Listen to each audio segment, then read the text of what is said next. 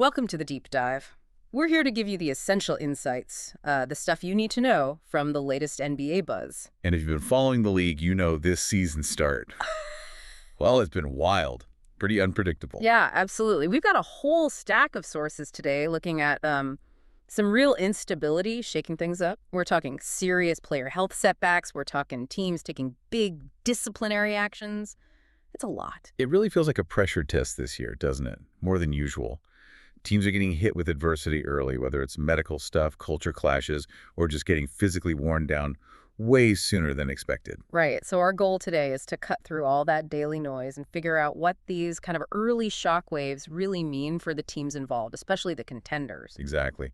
What's the long-term signal here? Okay, so we're going to unpack some really tough news first about a promising young player who just, well, can't seem to catch a break. A really courageous battle. Yeah. Then we'll shift to a star guard's suspension in Memphis. Looks like a major cultural moment there. Definitely an inflection point. And after that, two really weird game results. I mean, a top team getting totally embarrassed at home. We got to break that down. Oh, yeah, that Celtics game.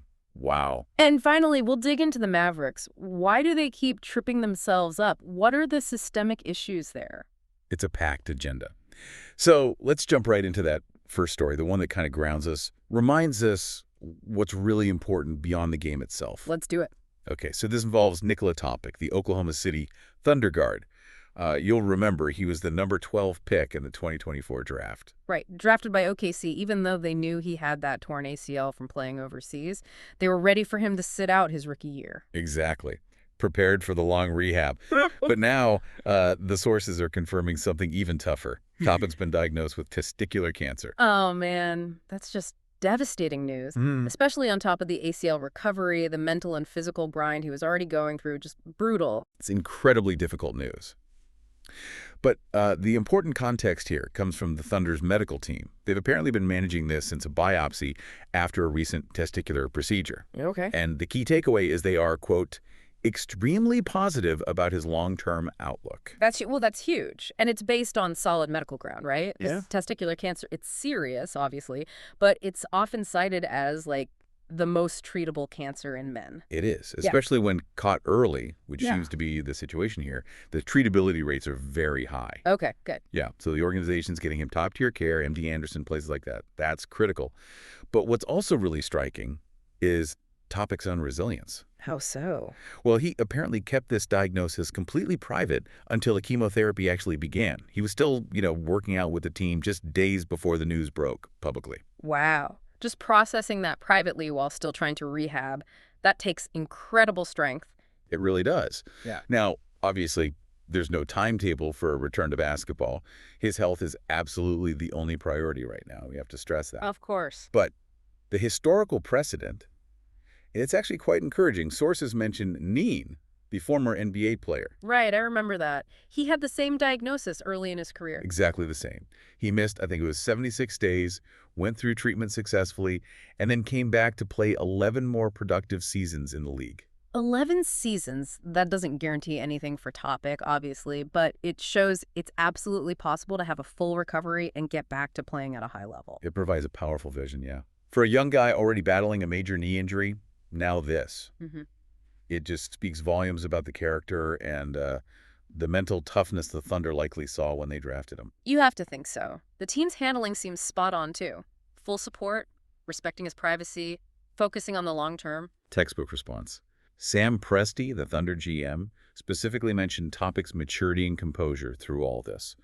It feels like that strong culture OKC has built is really being activated now to support him through something much bigger than basketball. Absolutely. Heavy stuff.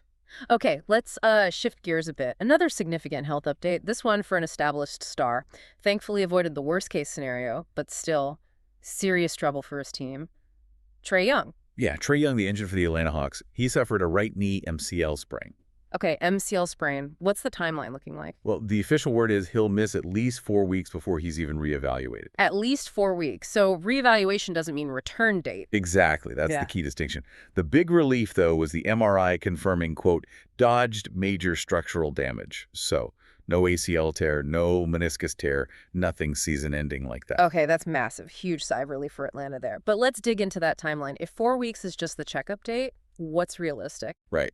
If he comes back exactly at 4 weeks, that's 14 games missed.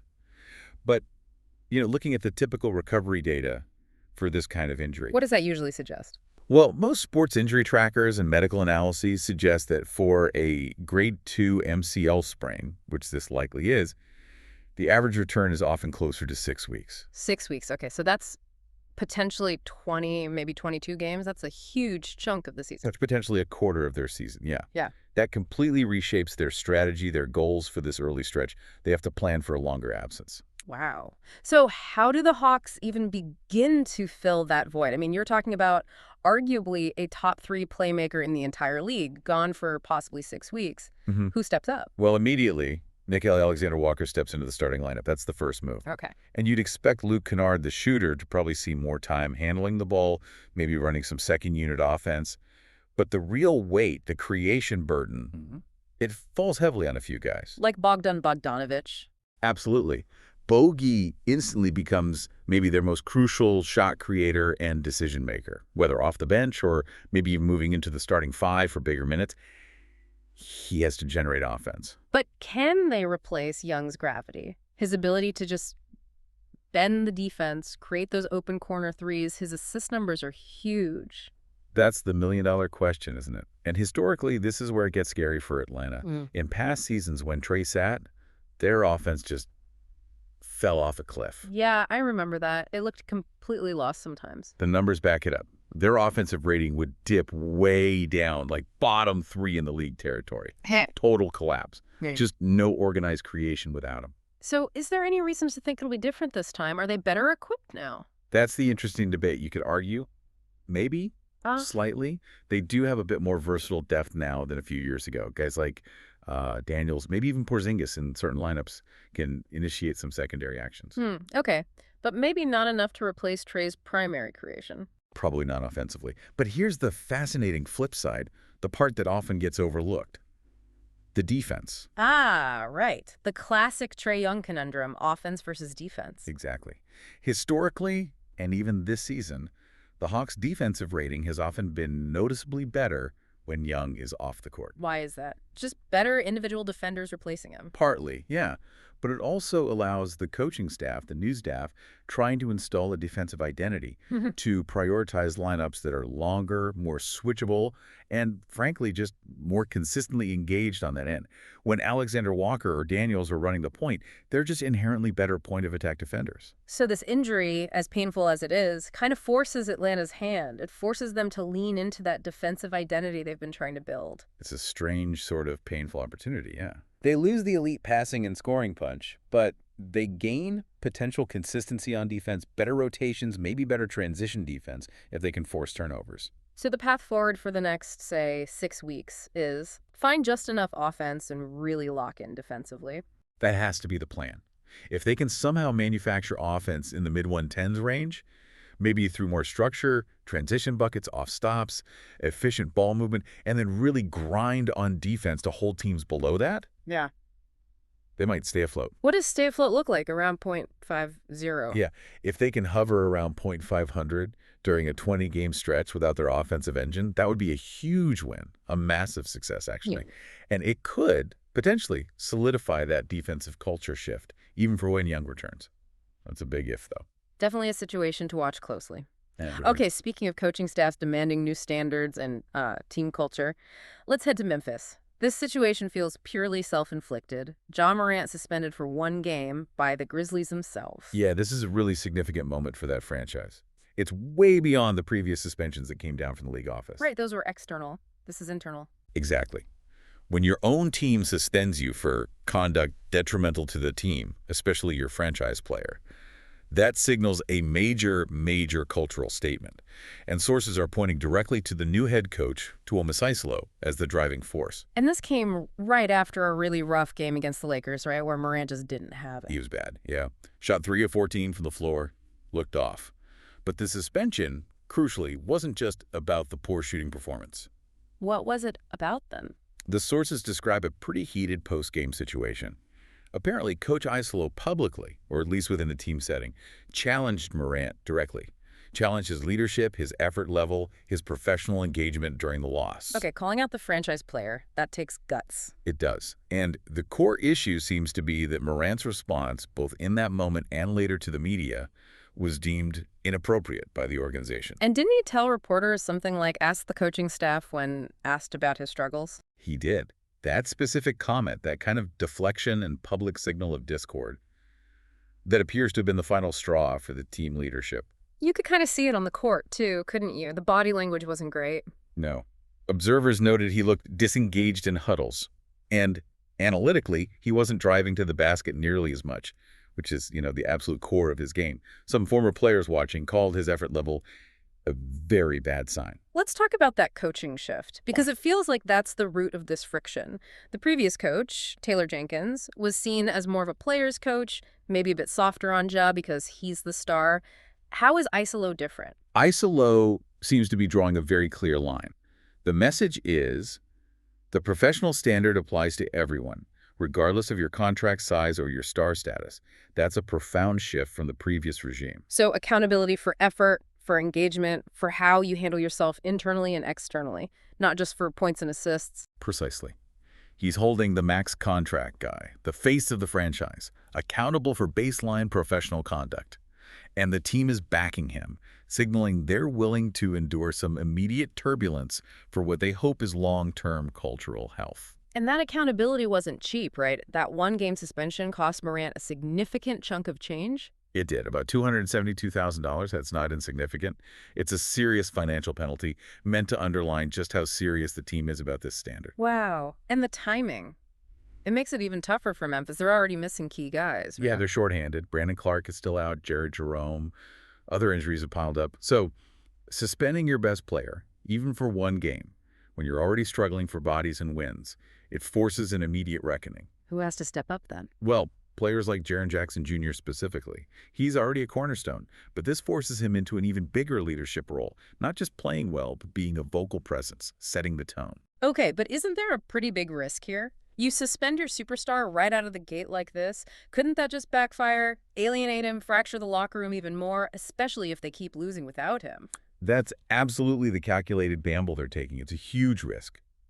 But the thinking inside the organization, according to sources, seems to be if Ja isn't fully bought in, if he's not giving maximum professional effort, then nothing else really matters for this team anyway. So better to address it head on, even if it's messy? Apparently so.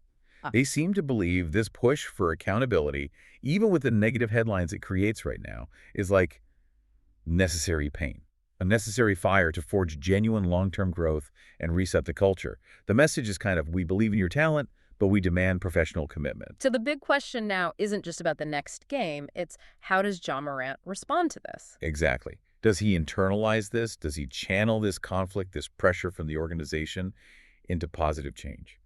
Or does it lead to more frustration, more disengagement, a deeper spiral? It feels like a defining moment for his career in Memphis and for the team's direction under Isolo. It absolutely is. It's not the end of the Ja Morant era, not by a long shot, but it's the clearest signal yet that the team's culture, the coach's standard, is taking precedence over individual stardom, at least for now. The next few weeks, his response. That tells us everything about whether this risky move pays off. Fascinating stuff. Okay, from that kind of internal team drama, let's shift to just pure chaos on the court. Some results this week that just made you scratch your head.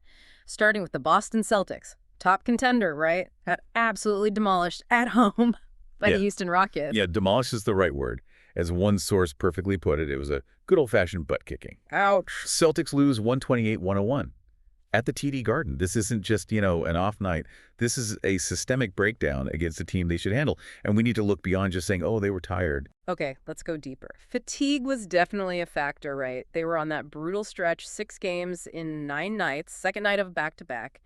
Peyton Pritchard even admitted they were making bad decisions because of it. For sure, fatigue was huge. But the Rockets deserve credit too.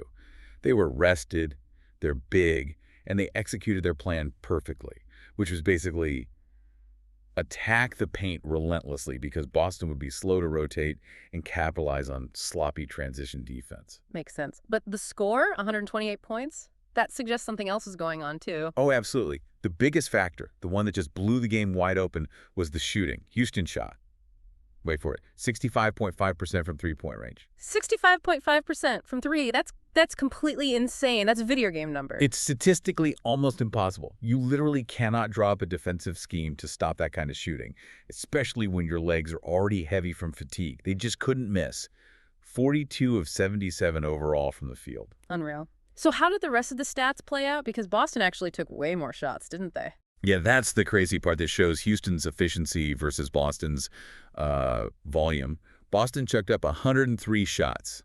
That's like 23 to 26 more shots than Houston took. 26 more shots. And they only made 2 fewer total baskets. They just could not buy a hoop, especially from deep. Yeah. Boston shot a miserable 14 of 44 from 3. Just brick after brick. Okay, so if Boston took that many more shots, how did Houston run away with it by nearly 30 points? It wasn't just the three-point percentage, was it? No, that leads to the second massive tactical failure for Boston, the free throw line. Boston got to the free throw line just 7 times the entire game. 7. 7 free throws. For a team that drives like Boston does, that's unbelievably low. It's shockingly low. Yeah. Meanwhile, the Rockets, using their size advantage against tired defenders, got to the line 35 times. 35 times. So that's a 28 free throw attempt difference. That's off in the ball game right there. It basically was. And sources confirm it wasn't necessarily bad officiating. Most of Boston's fouls were legit. They were the result of being aggressive. But late overreaching, swiping down, because they were a step slow on rotations due to fatigue. So trying to make up for being tired led to fouling. Exactly. The big Rockets drove. Boston defenders were late getting there. They tried to contest, ended up hacking arms, sending Houston to the line over and over. They were constantly reacting instead of anticipating. So the Celtics' defensive system, which relies on energy and precise timing, when that energy failed, they paid for it twice by giving up easy looks and sending the other team to the line constantly. It's the worst-case combo, a total death spiral. You foul, they make free throws, your legs are dead, so you miss your own threes. Their confidence skyrockets because they're hitting nearly 70% from deep. It was just a perfect storm for a complete collapse by Boston. Man, any bright spots at all? Anything positive Boston could take away from that wreckage? Maybe one small thing. The positive nugget, as one source called it, was Baylor Scheinman. The rook? Yeah. He came in late, during garbage time, obviously, but he actually looked really confident. Scored 17 points, shot 6 of 7 from the field, including 4 of 5 from 3. Okay, that's efficient. Very efficient. For a team that needs reliable scoring off the bench, someone who can just come in and hit shots when the stars rest. Seeing that flash of confidence, even in a blowout loss, is maybe a tiny silver lining, something to build on for him. Okay, so from a blowout caused by fatigue and impossible shooting, let's pivot to a completely different kind of game shock. A wild, high-octane shootout. The Sacramento Kings going into Milwaukee and beating the Bucks 135-133. Yeah, and this is the Kings' first win in Milwaukee since way back in 2015, so a big hurdle cleared there. But how they won, it's fascinating. They gave up 47 points in the first quarter, 47. Your defense in that first quarter was described accurately, I think, as wet paper. Just offered no resistance. Giannis and Dame were getting whatever they wanted. They also scored 36 points themselves in that same quarter. And that's the key. That's the insight into maybe the only realistic path forward for the specific Kings roster. Which is what? Just outscore everybody. Pretty much, yeah. Yeah. Forget trying to lock teams down for 48 minutes. Their personnel, Levine, DeRozan, Sabonis, Westbrook, Monk, it's loaded with offensive firepower, but maybe not built for consistent elite defense. Yeah. So the blueprint seems to be embrace the chaos, win shootouts. Prioritize maximizing their offensive advantages over everything else. Play to your strengths, basically, and their offense was definitely clicking in this one. Oh, it was spectacular. Zach LaVine just kept rolling. He dropped 31 points, hit 6 threes. That keeps his streak of consecutive 30-point games going. He's been on fire to start the season. And number DeRozan chipped in too, right? Big time. 29 points for DeRozan. And he had this beautiful assist to LaVine right before halftime, a perfect pass in transition to tie the game at 70. That kind of veteran chemistry, that rhythm, it shows they're really clicking offensively. What about efficiency? Were they just trading buckets or playing smart offense? They were really efficient. 30 assists against only 10 turnovers. That's fantastic. And they were aggressive, matching Milwaukee's physicality. The Kings got to the free throw line 40 times themselves. 40 free throws. Okay, so they were attacking. They were. But look, to beat a team like the Bucks, especially on the road, even in a shootout, you still need some key stops eventually. You can't just trade baskets for 48 minutes. Right. So who provided those stops? This is where Domantas Sabonis and some veteran savvy really came through, especially late in the game. Sabonis had a good stat line, 24 points, 13 boards, 6 assists. But you're talking about his defense, specifically against Giannis. Yes. In the fourth quarter, Sabonis deserves huge credit. He had 5 fouls, was playing on the edge of fouling out, but he managed to make some crucial, timely defensive plays against Giannis driving downhill. Without fouling, that's the key against Giannis. Exactly. There was one specific play late after a Kings three-pointer where Giannis tried to drive past him. Sabonis stayed solid, cut off the angle without reaching, forced Giannis into a tough kick-out pass that resulted in a turnover. Right. That felt like a huge moment where they seized control. Yeah, that's high IQ defense. Disciplined, not just reacting and swiping. And you saw similar veteran smarts from Russell Westbrook off the bench. He had a solid game overall, 12 points, 10 assists, 2 steals. But there was one specific foul he committed late on Giannis that drew a lot of praise. A foul drew praise. How? Because it was what analysts called a textbook wrap-up foul. It was incredibly smart situational basketball. Explain that. What makes it textbook? Okay, so Giannis was driving, looked like he might get an and-one opportunity, a potential three-point play that could have swung the momentum back to Milwaukee. Westbrook recognized this, got in front, and instead of swiping for the ball or trying a risky block, he just wrapped Giannis up firmly before the shooting motion began. So a definite foul, but not a shooting foul. Precisely. No continuation, no chance for the and-one. And it wasn't overly aggressive, so no risk of a flagrant foul either. It just stopped the play, forced Milwaukee to inbound the ball, or in other situations might force them to just earn 2 points at the line instead of getting an easy 3. Just a really high IQ veteran play to manage a crucial late-game possession. Got it. So the Sacramento blueprint seems pretty clear then. Lean into the offense, push the pace, try to wear teams out, and then rely on Sabonis' positional defense and veteran savvy from guys like Westbrook and DeRozan to get just enough stops in the fourth quarter. It feels like it. It's definitely playing with fire, a really thin margin for error. But, like we said, it aligns with who they are roster-wise right now. If they try to win games 95-90, they're probably going to lose most nights. If they fully commit to winning games 135-133, they might just have a shot at sneaking into the playoffs that way. It'll be fascinating and probably stressful for Kings fans to watch. Okay, let's connect some of these themes now. System issues, frustration, maybe even fatigue playing a role. And talk about the Dallas Mavericks. Another tough loss for them, this time to the Detroit Pistons down in Mexico City. Yeah, another frustrating one for Dallas. The altitude in Mexico City is always a factor. Sure, it affects everyone. But this loss felt very self-inflicted, especially down the stretch. What happened in the fourth quarter? It was just a turnover meltdown. 7 turnovers in the fourth quarter alone for Dallas. D'Angelo Russell, who had actually been playing really well offensively up to that point. He had a good scoring night, didn't he? He did. 31 points, hit 7 threes, looked great for 3 quarters, but then he had 3 of those 7 turnovers himself in the fourth quarter, just sloppy plays. And Detroit capitalized. Immediately. Those turnovers directly fueled a huge 17-4 run for the Pistons that basically put the game away, just killed any momentum Dallas had. Ugh. Throwing games away late like that.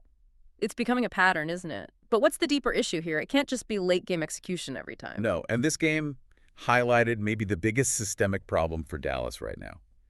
Their inability to protect the paint defensively. How bad was it against Detroit? Catastrophic. They gave up 72 points in the paint. 72. Wow. That's an enormous number. It's massive. And the Pistons' young center, Jalen Duren, just looked like an all-star out there. He scored 33 points on only 16 shots. Completely dominant, unstoppable force inside. And this just screams out how much they miss their defensive anchors. Right. Anthony Davis and Derek Lively II, both out injured. It exposes their total dependency on those two guys. Without that elite rim protection, that backline deterrence, any reasonably athletic opposing big man can feast against them right now. There's just no resistance. So, okay, the injuries are obviously huge, but is it just the injuries? Or is there something about the system itself that's not working, even with the guys they do have available? Like, Daniel Gafford came back for this game, right? He did. Gafford returned, played 17 minutes, but he didn't seem to make much of an impact defensively against Duren either. Why not? Gafford's athletic, he's a shot blocker. Shouldn't he help there? You'd think so. But our analysis and what some observers are pointing out suggests maybe a system mismatch for him. How so?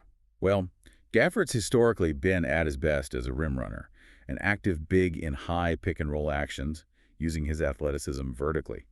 But the current Dallas offense, it doesn't always feature a ton of that traditional high pick and roll. It leans more towards spread pick and roll, iso ball for the stars. So Gafford isn't being put in the positions where he thrives most. Potentially, yeah. Yeah. The system might not be maximizing his specific strengths, or maybe even the strengths of some other role players, and that leads to kind of a disjointed feeling on both ends of the court. It's not just about missing AD and Lively, it's about whether the current plan works well for the guys who are healthy. Okay, so it's this combination of injuries, exposing depth issues, and maybe a system that isn't quite fitting the available personnel, creating this constant instability. Exactly. And that instability, that pressure, it immediately gets transferred onto their highest profile rookie, Cooper Flagg. Ah, yeah. Seems like every time the Mavs lose, the spotlight swings right onto the 18-year-old. How did Flagg actually play against Detroit? Statistically, he was actually pretty solid. Had 16 points, 8 rebounds, 4 assists, only turned the ball over once. He got to the free throw line 8 times and made all 8 to the second most shots in the team. On paper, a decent night. Okay, so if his stats were fine, what's the problem? Why does the focus keep going to him? Because that's the real systemic mistake Dallas is making right now, in my view. It's not about Flagg's individual performance, which has been pretty good for a rookie. It's that the team's structure, their current roster limitations due to injury, and maybe the system issues we just talked about, it's forcing them to rely way too much on an 18-year-old. They're asking too much of him too soon. Way too much. They need him to be spectacular immediately. They need him to carry a significant offensive creation load alongside the stars, sometimes even instead of the stars when things break down. That level of pressure on a teenager, no matter how talented, it's completely unsustainable. And frankly, it's unfair. Yeah, put that in perspective. We're talking about an 18-year-old kid being asked to be like a primary or secondary creator on a team that supposedly has championship aspirations. That's rare. It's almost unprecedented for a winning team. Think yeah. about other superstar wings when they came in. Kobe Bryant, his rookie year, averaged like 7 points a game, played limited minutes initially behind established guys. LeBron was different, but that Cavs team wasn't expected to win immediately. Flagg is being asked to contribute heavily to winning right now. So the focus on Flagg after every loss is misplaced. Completely misplaced, in my opinion. He's becoming a convenient scapegoat for deeper organizational issues. The turnovers, the collapsing paint defense, the system perhaps not maximizing the available talent, those are the things losing them games, not the 18-year-old rookie playing solid basketball under immense pressure. So Dallas needs health, obviously. They desperately need AD and Lively back, but they also need to figure out a system, a way to play that gets more out of the guys they have now and takes some of that unreasonable burden off Flagg. That sums it up perfectly. That dependency on health, what one source called the third side of the ball for them, it's overwhelming everything else right now. Their whole vision relies on health, system synergy, and star performance clicking all at once. Right now, they're lacking consistency in all 3 areas, and it's leading to these really frustrating losses. Man, we covered a lot today. Some really heavy news, some wild games, some deep-seated team issues. We really did. Started with Nikola Topic, just immense courage in facing that health battle alongside his ACL rehab. Then the turbulence in Memphis, that high-stakes gamble on culture by the coaching staff and front office. Yeah, and then the on-court chaos. The Celtics just getting run off their own floor due to fatigue and, well, insane shooting by the Rockets. While the Kings found this bizarre, maybe sustainable blueprint for success by just embracing the shootout, leaning entirely into their offense. When you put it all together, what's the big takeaway from this early season volatility? I think the common thread is adaptability, isn't it? Whether it's adapting to altitude like in Mexico City, adapting to a devastating injury like with Topic or Trae Young, or adapting to a new coach demanding a totally different standard like in Memphis, the teams that can adjust and find solutions, even imperfect ones, are the ones surviving these first few chaotic weeks. Early season success feels really fleeting this year. That makes sense. And the core factors driving performance, they seem pretty consistent across all these stories too, right? Absolutely. Yeah. Whether you're looking at Dallas falling apart without their defensive anchors or Atlanta bracing for potentially 6 weeks without its star point guard, it really boils down to health and system synergy. Do you have your key guys available, and does the way you play actually maximize their talents? Those remain the biggest drivers. So a final thought to leave our listeners with, something to chew on. Okay, how about this? We talked about the Grizzlies making a bold, risky move by suspending John Morant, prioritizing their desired professional culture over immediate harmony or wins. If that gamble represents organizational courage, What does it say about the Mavericks maybe being reluctant to make significant adjustments to their system, even if it means potentially better utilizing the talent they do have, like Gafford, while their stars are out? Implying that sometimes not changing is also a risk.